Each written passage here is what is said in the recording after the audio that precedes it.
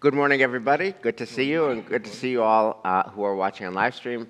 Today is Wednesday morning, October the 25th, and we are taping from the Gant Chapel. So we are several weeks out from the war, and I wanted to just kind of touch base with my colleagues to see what you are thinking about. I'll take the lead. I'll just share something that I've been thinking a lot about. I saw this video of a student from Israel, an Israeli student at Harvard Business School. He's on the campus of Harvard Business School, and he is absolutely being harassed and intimidated by an angry mob of students, many of them wearing keffiyehs, yelling at him, shame, shame, shame. And you hear him saying, don't touch me, don't touch me. And I'm watching it from the comfort of my home, and it was truly frightening. Shame, shame, shame, the anger directed. And I just thought about the double standard, the horrible double standard that's happening on our college campuses. Because if a black student or an Asian student or a Latino student were surrounded by an angry mob and saying to the said student, shame, shame, shame, the mob would be investigated, the students would be thrown out, they would be suspended or expelled immediately, and that is as it should be. You can't discriminate against a black student for being black, and you can't discriminate against an Asian student for being Asian. You can't discriminate against a Latino student for being Latino, but you can discriminate against an Israeli for being Israeli. You can yell shame, shame, shame at an Israeli who is just a student like everybody else. His only sin is he's from Israel. And apparently that's okay, because there's been no consequences yet for that. And both the level of hatred and the level of double standard, that anti-Semitism, Jew hatred, Israel hatred, is officially permissible at a school like Harvard Business School with no consequences, is just very unsettling. So I wanted to kind of start our class today with that and ask, many of you have students in college. Well, Eder's not yet in college, but obviously Elias and Michelle, you do, and I know Dan, Emma's this post-college. I want to hear what you're hearing from your kids, and then we're going to bring some text study from the Psalms that can help us try to understand our very troubled world. So let's thank God for the gift of learning Torah together, and then we'll begin a conversation. Baruch atah Adonai Eloheinu melech haolam, asher kidshanu b'mitzvotav v'tzivanu la'asok b'divrei Torah, v'harevna Adonai Eloheinu et divrei Toratcha b'finu u'b'fi amcha be'Yisrael. ונהיה אנחנו וצאצאינו וצאצאי עמך בישראל, כולנו יודעי שמך ולומדי תורתך לשמה. ברוך אתה אדוני המלמד תורה לעמו ישראל, ברוך אתה אדוני אלוהינו מלך העולם, אשר בחר בנו מכל העמים ונתן לנו את תורתו.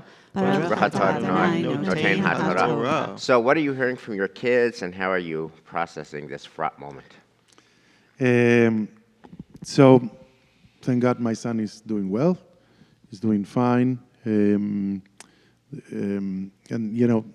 if you allow me, I want to, in this very sad moment, I want to do like a little joke based on what you said. Because if that will happen to Mikey, he can easily pull out a card that it says, I'm Latino. Don't do anything to me. So, that's the double standard, which is sad. Sad that is happening in America. Right. Sad. It's okay really to hate on Jews. Yes. That's the rule. And the better the school, Stanford, it's really okay to hate on Jews. Actually, university professors at Stanford hate on Jews. Michelle, what are you hearing? I was really, as you were, quite horrified by the incident. And I was so moved by the very poignant and powerful letter of response that was penned by a group and signed by our own Seth Klarman and many who have been at the Harvard Business School and other Harvard-affiliated institutions, demanding that there actually be similar disciplinary action against those kids. And I am hopeful, given the number of people who wound up signing that and the number of people who are championing that protest, against the lack of consequences here, that the institution, God willing, I hope, I pray, will step up and actually begin to implement some consequences. From your mouth to God's ears, it's just like the double standard is so shocking. I mean, if they were doing that, to an Asian student, a black student, a Latino student, the consequences would be swift and severe and uncontroversial. The notion that you can do that to an Israeli student without consequences, and that it takes like a lot of hours of meetings, and how do we, in other words, Harvard seems to have the position that Israel is not okay and the Hamas is okay. And other universities seem to have that. They can't actually say being from Israel is not a crime. And it's just kind of crazy making. That was so beautifully articulated Right. by the authors of this letter. Yes. And indisputably so. There is a code of moral conduct at Harvard and at each of these universities. And the call on the university to implement their own moral rules. code of conduct is just, accurate, appropriate, and I hope and pray that the colleges will recognize in that a responsibility. Right. And for how many decades all of us thought, how was it possible? You said in your teaser that Germany, so many, doctors and physicians and chemists and intellectuals was able to produce the Holocaust. And now we are seeing, Yeah, I mean, every day we you- don't know what is going to happen, obviously, and perhaps going too far. But You must get, I mean, I saw an email yesterday from Harvard Medical School. What's Harvard Medical School have to do with this? And such a one-sided attack on Israel, zero sympathy for the more than 200 people who are hostages in Gaza, zero sympathy for the more than 1,400 Israelis who are slain, zero sympathy for the thousands who are wounded. All they can see is Israel's response and not Hamas's provocation from Harvard Medical School. And it's just like, how do you understand that kind of imbalance? And by the way, from my kids are alumni of different schools, and they're always texting me this heartbreaking stuff about the faculty. Nat yesterday sent me something from the faculty of Princeton. Again, coming down completely in favor of Hamas, completely in favor of the Palestinians, completely against Israel, completely not seeing the murder on October 7th. Princeton faculty. How do you understand this kind of crazy? It's like Elie Wiesel talks about this in his teaching, that a madness descended on Europe. Elie Wiesel talks about a madness, that's his word, a madness descends on Europe, and it feels like a madness is descending on Harvard Medical School, on Princeton, on Stanford, on Harvard Business School. How do you understand that? I want to actually bring up two things. First of all, I just want to ask you guys a question because, you have connections to Harvard education. I mean, the question I have is, how does that make you feel, as a Harvard alumni? The other thing to bring up is, Emma's just really very close to post college, and many of her acquaintances from school that she used to be in contact with, she is just totally unfriending at this point from her accounts, because of their posting things that are so anti-Israel and so anti-Semitic that she just cannot even, comprehend even talking to these people ever again. And it's heartbreaking. It's heartbreaking because these are people that, that were her friends, and she just can't. So I guess I want to thank you, Dan, for that. I know, Michelle, one of your big points is the Torah of resilience, of encountering this world with its madness, to channel Elie Wiesel, encountering this world with friends who are no longer friends. Thank you, Dan, for that. What's your Torah of resilience? How, in general, do you see approaching this moment for us now? That's a big question. Look, I think that we have to work emotionally, spiritually, intellectually on so many different levels, on so many different fronts. I think we have to be careful when we demand that people see the horrors of Hamas we've said this in classes before, to not have that mean that we don't see the suffering of average Palestinians. I think that our religious tradition holds us to that standard, as we have spoken about. And that's so painful for me, because I saw a sign in one of the pictures of one of the rallies: "We can see your pain, how come you cannot see ours?" And to me, that's my biggest question about this moment. And to that, I think the text that you brought today, the text of the Psalm, speak to that question of feeling lost in a world that cannot see us, that cannot hear us, that we have an existential cry of pain. Yeah. So thank you for that. Let's pivot to the text. I want to say that there's two levels at which these texts are really interesting. One is just the fact that the Jewish world is now broadly offering these two psalms in daily davening. And forget about what they say, forget about what they mean, but just the fact that my brother-in-law in Jerusalem, whose kids are on the front lines in the south and in the north, are offering these Tehillim. The fact that synagogues throughout, of all different stripes and denominations, throughout America and the Jewish world and Israel, are offering these psalms is just a beautiful healing gesture of solidarity, that we are one, that we are together. It feels really healthy and feels important that we're all literally reading from the same hymnal in this moment, regardless of what it says. That said, when you actually read what it said, it is interesting. And not at all self-evident why the Jewish world. We didn't pick these psalms, and this is not from the Temple Manual clergy that we're reading these psalms. The Jewish world has picked these psalms, and we're joining the chorus of other synagogues who are reading these psalms. And the question is what they mean. So I'm going to actually start. Every day, morning and night, twice a day, we read Psalm 121 and then Psalm 130. I'm going to start in reverse order with Psalm 130, and I want to just frame it by noting that the language does not feel, at first blush, like it is relevant to this moment in Jewish history, where our people were slaughtered and where we're defending and trying to remove Hamas so that it never happens again. And this language that the Jewish world, including Israel, reads is about sin. And you're wondering why sin. So I want to I'll just read it. A song of ascent, out of the depths I call to you, Adonai. So that part I love. Amakim karaticha Adonai, out of the depths, like we're all in the depths. We're all in the depths. And we call to God, Adonai, hear my cry, heed my plea, be attentive to my prayers, to my sigh of supplication. So far, so good.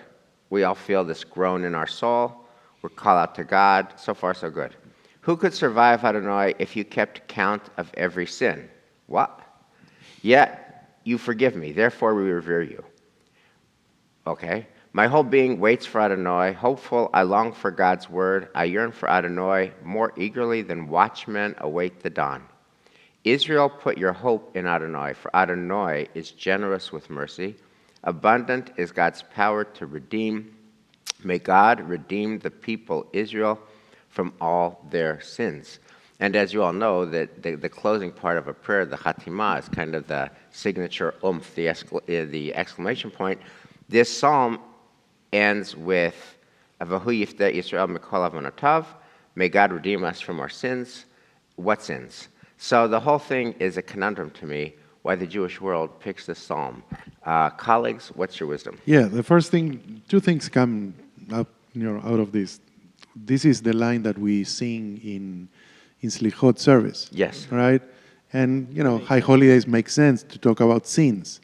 Now, historically, all the rabbinical literature taught us that the temple in Jerusalem was destroyed not because external forces, but also because Jewish people didn't get along, because there were so many fights and things like that. So what are the scenes coming? I mean, is it something related to that? Can we relate that to all the problems Israel had in the summer?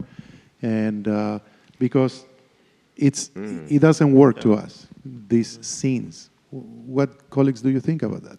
Alisa, we haven't heard your voice today. And what is Eder reporting about at his university? University with Harper, that's their baby. At his university, what is Eder hearing about? So it's interesting because I'm a little bit. I was sitting here thinking the question of if the way Israelis are treated now is different, or if we just don't hear about oppression of other minorities. And I don't know the answer to that. I know that there have been significant numbers of increased Asian attacks in the wake of COVID, and I know that there's a constant barrage of racist attacks just that happen all the time that don't get any news. And so At universities? At universities, for sure. Kids are cruel. I mean, I'm not saying this to say justify it. There's no justification, but I have that question of if, one of the challenges that minorities face in general is just underreporting of hate crimes and hate aggressions that happen against them. So I had that active question. I don't know the statistics. It was just a question that was in my mind. And I think for me, this psalm really speaks to, Michelle, what you were sharing about the importance of being self-aware, that when we get to this place of deep brokenness, we're not just looking out there for brokenness, we're also still paying attention to our own lives and our own brokenness. We don't lose sight of the whole picture. And that's not to say that we created this or we are responsible for this or we are the original sin, not at all. But that is to say, God, I see the brokenness that exists out in the world. Help me to address that brokenness, help to fix that brokenness, and also help me to address the brokenness that existed in me before this. Don't let me lose sight of my work in the face of this oppression, which I think is just a very helpful framework, and it's helpful for us. The nice thing about our own work is we can do it. The work that needs to be done in Israel, largely we can't do, and so it gives us something to be working on here that's in service of a greater purpose. Yeah, I mean, I think this is a very traditional Jewish move. What part do I have? And in fact, Rabbi Shai Held taught just a spectacularly stunning class on this psalm where he entertained a number of possibilities of how we might approach the question of our sin. One which is very uncomfortable about the question of narratives and where do the narratives start. And the Jewish move in that is always to do what you're saying, Elisa, and to say, okay, what can I do? Of course, in a world that's not asking that question and that's happy to place the blame for the origin on us, it's hard to be temperamentally ready to enter that narrative yourself as well, because then you have the Hillel problem, right? If I'm not for myself, who will be for me? I actually came across, in preparing for my Torah class that I'm teaching actually tomorrow, I came across a really interesting teaching that Rabbi Lord Jonathan Sachs brings about Abraham in our Parsha this week. He notices that it's after the War of the Kings, the war to redeem the captives, that Abraham says, that God says to Abraham, don't be afraid. And he brings a couple of texts that say, well, what is he afraid of? He's already done the war. It's like that's happened. And he brings this really exquisite text about what he's afraid of is that perhaps in doing the war, that I have somehow not lived up to what God had hoped for me to be. I knew I had to do it, and yet I am afraid of who I may have become in that process, which is akin, of course, to that famous line that Golda Meir says about that one of the hardest hardships is having to kill somebody else's children. And I think that may have something to say to this psalm, and it may help us to fill in this psalm in the idea that it is appropriate for us to be concerned that we be our best selves, even when we are in untenable moral situations, and sometimes we have to make moral choices what Rabbi Lord Jonathan Sacks refers to as a moral dilemma, that there is no answer from which we emerge feeling wonderful. Yeah, yeah. So far, the focus has been on the sins question, and it calls out to us to think about our own, what do we do? I mean, it's commonly observed that Israel is going to have an accounting how October 7th happened from Israel's point of view, how they were so radically and completely unprepared, and what led up to that. But the common wisdom is, let's fight this war and survive it and get to the other side, and then we'll do accountability. So there's that. There's holding ourselves accountable for ourselves during the conduct of the war. So I think those are all really important points. There's another note about Psalm 130 that resonates for me, which is the theme of waiting. My whole being waits for Adonai. Hopeful, I long for God's word. I yearn for Adonai more eagerly than the watchmen await the dawn. And you have the feeling of like waiting for a pot to boil, of watchmen waiting for the skies to lighten. And it's just so slow, and the whole waiting game. And it feels like, unlike the Yom Kippur War, which was won in 3 weeks, and we're going on 3 weeks, this one hasn't really even started. It started, we got our towns back at great loss, almost 300 Israeli soldiers who perished. But the war in Gaza, which is such a nightmare, we're waiting and waiting and waiting.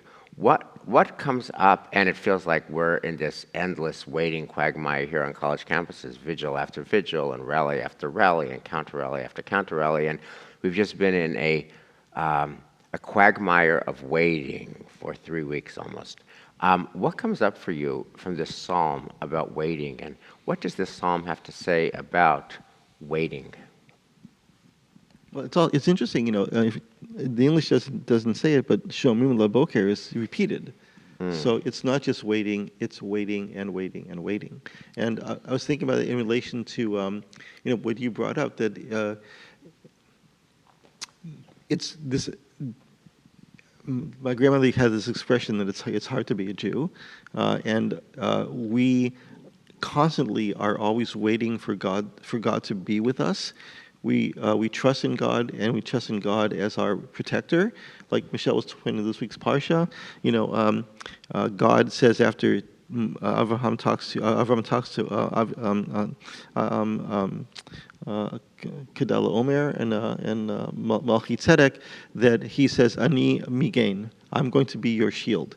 And so the question continues, God will be, but when? Right. But when? And To me, the waiting thing doesn't help me. It doesn't help. No, not at all. 1890 was when Hatikva was written, right, as a poetry. Liotam Chofshi ve'artzeinu. We are still waiting for that. Be free in our land. Mm-hmm. And we've been, temple got destroyed in the 70s, 2,000 years of exile. The waiting doesn't help. Yeah. It's interesting. Sorry to be negative. I know we're trying to be hopeful, but right. But before, Bashar, I just want to engage your point. The waiting thing doesn't help. So why does the psalm focus so much on waiting? And what is the psalm's message about waiting? And for Jews who wait for a better day, I remember that in there's the whole theme about patience, and is patience good or not? In the civil rights community, there was a whole internal conversation about patience. Do you want to be patient? Do you not want to be patient? What is the message of this psalm about waiting, and is there some way to frame waiting? Everybody, of course, would like Mashiach now, but in the absence of Mashiach now, in the absence of redemption now, what is this psalm saying that can make waiting a healthier practice? So to me, it was really helpful to hear Rabbi Shai help comment on the idea of Shomrim Laboker, those who are the ones who are guarding, waiting for the morning, have actually been up all night, right? So what are they waiting for? Actually, just for a moment when they could perhaps, he put it as, well, they can go to sleep, right? Where you could imagine a world where you no longer need to be so vigilant, where you could imagine a nighttime. Where you can have an ordinary day. Yeah. Where where you can actually read the news without a pit in your stomach. Where you can read your social media feeds without a pit in your stomach. Just like, yeah. Okay, so I want to, last thing before we turn to Psalm 121, could anybody comment about the place of where the psalmist begins, Mima'amakim karaticha Adonai, out of the depths I call to you. And I remember that when I was in rabbinical school learning Psalms, my teachers always asked us to think about what is the place in life that this poet, that this writer, that this religious personality was living in that inspired this psalm. The person who wrote the psalm and said, Mima'amakim karaticha Adonai, I'm in the depths. I'm in the pit. It's the pits. I'm calling out to you, God. What do we know about, or what do we imagine about this author? Well, if we assume that King David wrote the Psalms, there were many times that he was in a very dark, deep place, and was always looking and calling upon God, to be there and protect him. But what's interesting for me is that as dark of a place as this author is in, there's no doubt that God is eventually coming, right? That it's not, God, will you come? It's not, oh, why have you abandoned me, God? Why am I in such a dark pit? It's like, okay, God, this is really, really dark right now, but I trust you're coming, and I trust you're going to handle this, and I'm just waiting for your response. And that's a really interesting, I think it's a very hard skill to manage being totally in the depths and full of despair and also full of hope at the same time. But if you believe that in the fullness of time, God will come, that helps you get through a very painful period when you're waiting.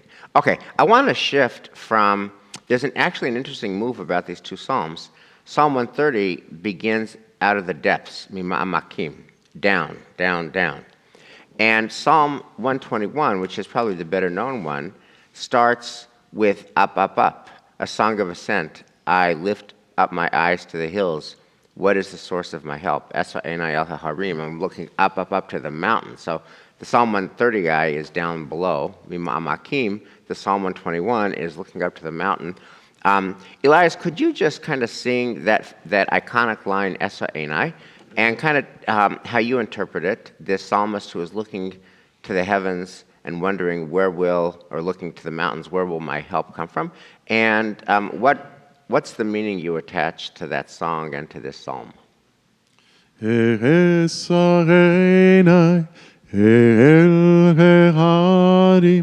Me'agin yavo ezri together esayenai harim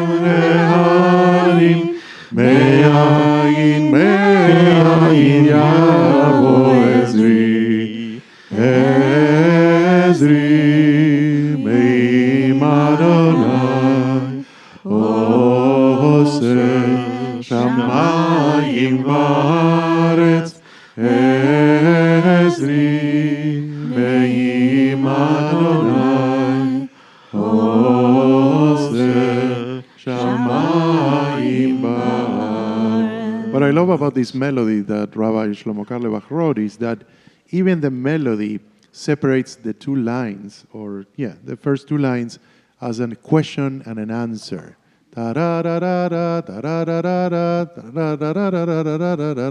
Question. Even in the melodic part of the song, you can hear the difference in the motifs. Don't you think? Yeah, so, and then, that said then, Elias, what to you is, Elias, would you just read in English the whole psalm? And I guess my question is, with that question and answer, what is the message of this psalm, and what is the message of this psalm to us now? I lift up my eyes to the hills. What is the source of my help? My help comes from Adonai, maker of heaven and earth. Keep going? Yeah. God will not let you stumble. Your guardian will not slumber. Indeed, the guardian of Israel neither slumbers nor sleeps. Adonai is your guardian, your shelter at your side. The sun will not smite you by day, nor the moon by night. Adonai will guard you against all evil. God will guard you body and soul. Adonai will guard you going out and your coming home, now and forever. Okay, so thank you, Elias. So what do you think is the message of Psalm 121? Well, it's definitely a much more helpful one, I see, comparing with the other one. I mean, this is my take on this one. It's like God is there. I'm not asking for God, when are you coming? Let's wait for God to come and bring some redemption. God is there all the time. He's with me. I will not be fearful of anything. And Michelle, could you share some of your evolving thinking on this psalm? So you and I had an interesting conversation about the appropriateness of this psalm for this moment, because on the one hand, especially October 7th, right? God will not speak. God will not sleep. God is here for you at a time when we felt so powerfully the absence of God's protection over that particular moment, and needed so desperately, and need now so desperately God's protection. How can you say these words? Yes. And you and I had a conversation about my favorite theological position, which I like to call the chutzpahdik theory of prayer, that for me, I don't always read these words as God is present in this moment. I often read them as God, you are present. You're supposed to be present. May I remind you that these are our understandings of who you are and how you are, and we need you now. You neither slumber nor sleep. Be here with us. Right. And to me, not to be too big of a fan, but when Rabbi Shai Held said in his teaching about actually Psalm 130 of Mima'amakim, out of the depths, he presented something there that I recognized. When somebody says something and you say, yes, that, he said there is a rabbinic tradition that he brought from a thinker that I am not very familiar with about Mima'amakim Karati Chaya, that's not only my depths, but that actually God come out from your depths. And so if it's not just my position, but the idea that God has been in the depths and has been hidden from us, and somehow we're calling to bring God up, if you apply that same thinking here to Psalm 121, we say, I am lifting my eyes up to the heavens. Where is my help coming? My help comes from God. God, my help comes from you. So thank you. So now I have a question. What do you do about the vast majority of our people who are not God people? It's just so striking to me that in this, right? I mean, we've talked about this forever, that, Cohen goes to synagogue to talk to God, Garfinkel goes to talk to Cohen, and we're far more Garfinkel than Cohen. Far more of us go to talk to each other and have kiddush and the God stuff goes whoosh. And particularly when you think about the horrendous events of October 7th, and the horrendous afterwards. Sunday night, at the end of the day, I wanted to watch a little bit of NFL highlights. And so I go on NFL.com on my iPad before I go to sleep just to watch some highlights of the day. And I'm scrolling through the games, and as I'm going through, there's then, underneath the NFL football games, videos of Hamas slaughtering people on the NFL website. You watch the Patriots beat Buffalo, and then you keep scrolling, and there's Hamas. And you think about what happened on that day, and it says, the guardian of Israel neither slumbers nor sleeps. So if you're not a God person anyway, which most of us are not God people, how does this psalm's emphasis on God, either a chutzpahdik interpretation, God, where are you, or a prayer, maybe God, it's not that you do it, but it's what we wish existed. It was a counter narrative. I wish we lived in a world, God, where you were more present than you are. But how does any of that help the actual world, given people's problems and blockages, justifiably earned blockages with God? I think that we all have some spiritual work to do of raging at God. I really think that, the challenge is we can either opt that God doesn't, if we opt out of God entirely, then we miss that relationship to get to work on this. That's not another human, that's not on this field, that we can direct as much rage as we want at God, and it won't cause any harm to anyone around us. And we owe it to God that when you say, I think, I lift my eyes up to the mountains, Michelle, I love your teaching of looking, like, where are you, God?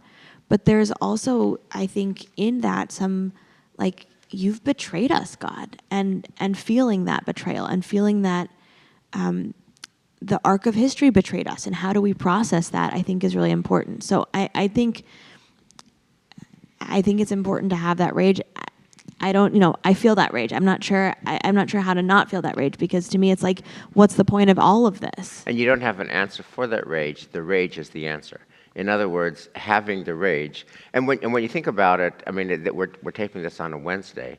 The Wednesday psalm is very much of the God, where in the hell are you? By the way, the Tuesday psalm as well is God, where in the hell are you? Mm-hmm. And widows and orphans are getting crushed by evil people. God, where in the hell are you? Right. Mm-hmm. And where is this God? And that's Tuesday and Wednesday every day. And that's I hear a Tuesday, Wednesday, Shishal Yom, read in that, in which case the answer is the rage. The rage is the answer. Or right, not just rage, but longing, right? Longing. Yeah. Right. But also rage is a cover for grief. So there's those three emotions, that rage is always the mask that covers our grief, that enables us to be strong in the face of what we need to solve and not have our tender feelings prevent us from doing what we need to do. Mm. Many times when we talk about this kind of language being hopeful, being like something that we aspire to. And,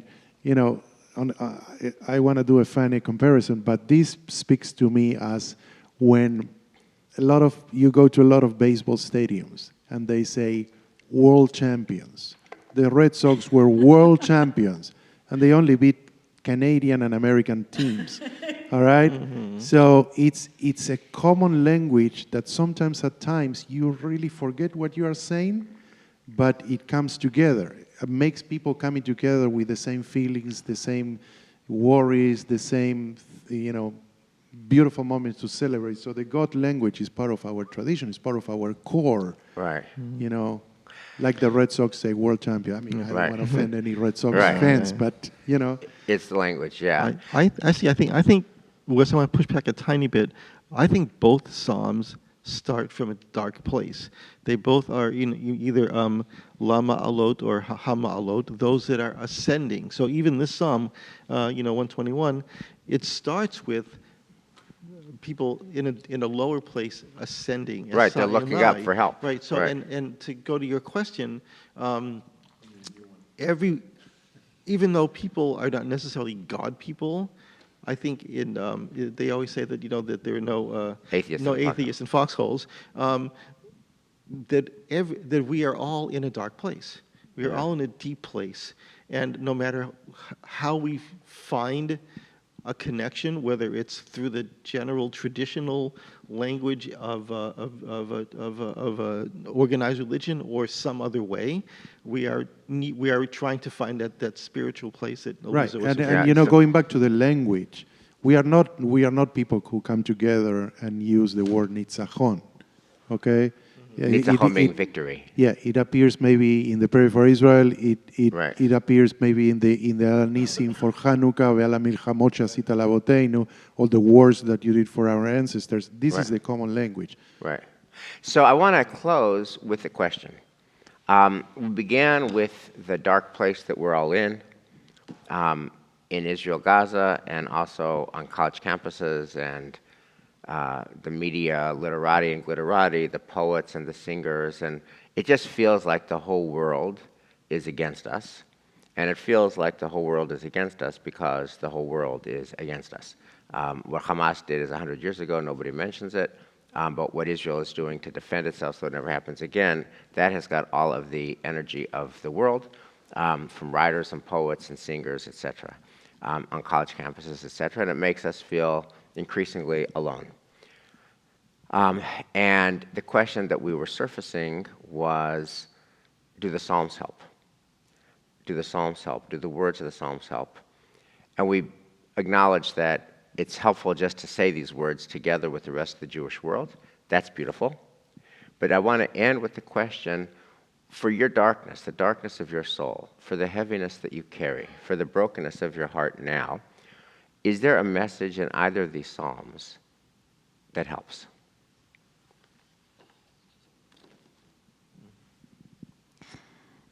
For me, I always think of Psalm 121 as one of the first songs I learned as a kid, and it has a very cute hand motion thing, and it was always just like in me in a way. For me, it's looking up. It's looking away. You know, to look up, you have to look outside of whatever challenge you're facing and trust that there's something larger, something greater on the horizon. And that's just a very helpful reminder for me that when I lose hope, when I start to feel despair, that there's something I'm not seeing yet that's bigger than this, and that's as sure as the sun rising over the mountaintops. For me, the expression "kiviti Adonai, kiviti nafshi," that I am, that sense of longing, that sense of waiting, that sense of desire, and calling down God into our space, whether that's a directional from below or from above, inviting the conversation that we need to hold on to the possibility of a God-filled world. And I think that it's part of our obligation to engage in both the dialogue with ourselves, with God, with our community in prayer to inspire that, and also the action in our world which helps us to take these words from our prayer book and bring them out into our world. On my end, I'm not so sure I can say that there is any line in these two Psalms that brings me hope, but the only thing that I can tell you is when I'm home alone reading the news of Israel, I get in a very dark place. And my first reaction is, I want to go to shul, to be there and share the same feelings we have with people like us. Yeah. For me, it's actually the beginning of each of the Psalms, and not actually the text of the Psalms, but where it says Shir HaMa'alot or Shir LaMa'alot. So there are two things. First of all, Shir being poem and Shir being song. I just find that song is so inspiring to me that I need a song to help me through, and also either Lama Alot or Hama Alot means that we are in a deep place, but we are ascending. So that's my thought about that. Yeah. And I'll just end by saying that I actually like the waiting language in the psalm in the following way. As dark, like we're waiting for the morning. When will morning come? When will morning come? And it feels to me like in a deep way, morning has come in the following way. The last time our people was so endangered, we did not have a Jewish state. Now we do. The last time our people was so endangered, we had no means of defending ourselves. Now we do. The last time our people was so endangered, we had a very little political power in America. October was the anniversary of 500 rabbis going to try to see President Franklin Delano Roosevelt to say our brethren are getting murdered in the camps, and they couldn't even get a meeting with FDR, who wouldn't see them. They spent a day in DC, and they couldn't get a meeting with him. And when you think about the power and the place and the resources that American Jews now have, and when you think about IDF, we are in a materially better place. We've not arrived, and I do worry so deeply about all these threats. Down south, I can't even imagine what it's like. Up north with Hezbollah, even worse. And then in the West Bank, so scary. So there's genuine fear and trembling in my heart, genuine fear and trembling, not to mention all the campus stuff, genuine fear and trembling, the madness, fear and trembling. But the waiting motif makes me think about as a people, we are much better off than we used to be, and therefore I can wait for more morning with more hopefulness. Thank you so much. Thank you.